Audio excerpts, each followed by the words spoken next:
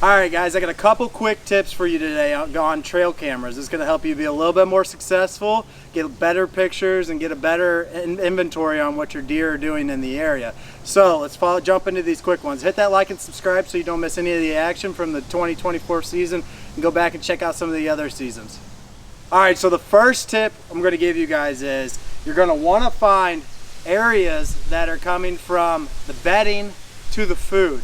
Now that's one main thing they are on. They are on food and they are on shelter right now. So they are wanting to go from bedding to food and mix in a little water with the creek in there or pond or something like that. The main thing is you're going to find those routes to get to the food. That's what I like to put it on right now, is you're finding those deer coming to the food. You can also set it on the food, but the main thing right now is to set along those tracks. So you'll see right here that I actually have a track or a trail that's coming right up here into a big food area, and there's bedding way back in there.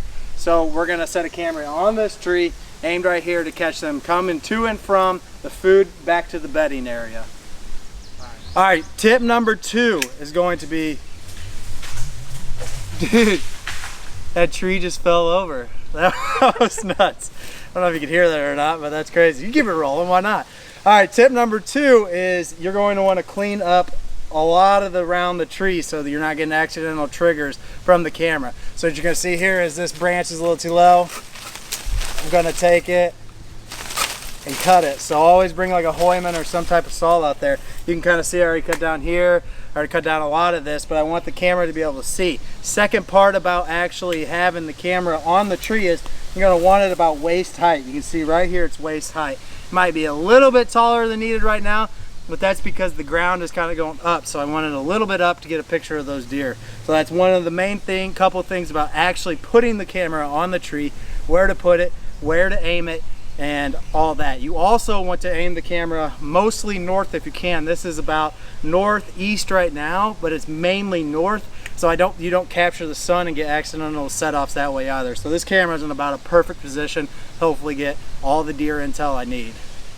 Alright guys, so one more cool tip that I just learned actually off of watching TikToks is if you're going to set up and you want to know where the perfect angle for the camera is, you can take your phone, take a snapshot of it and see like that. Now I run Tacticam reveals a lot and I like the getting it sent to my cell phone. So on the app you can actually see, it'll show you a live version of the camera too.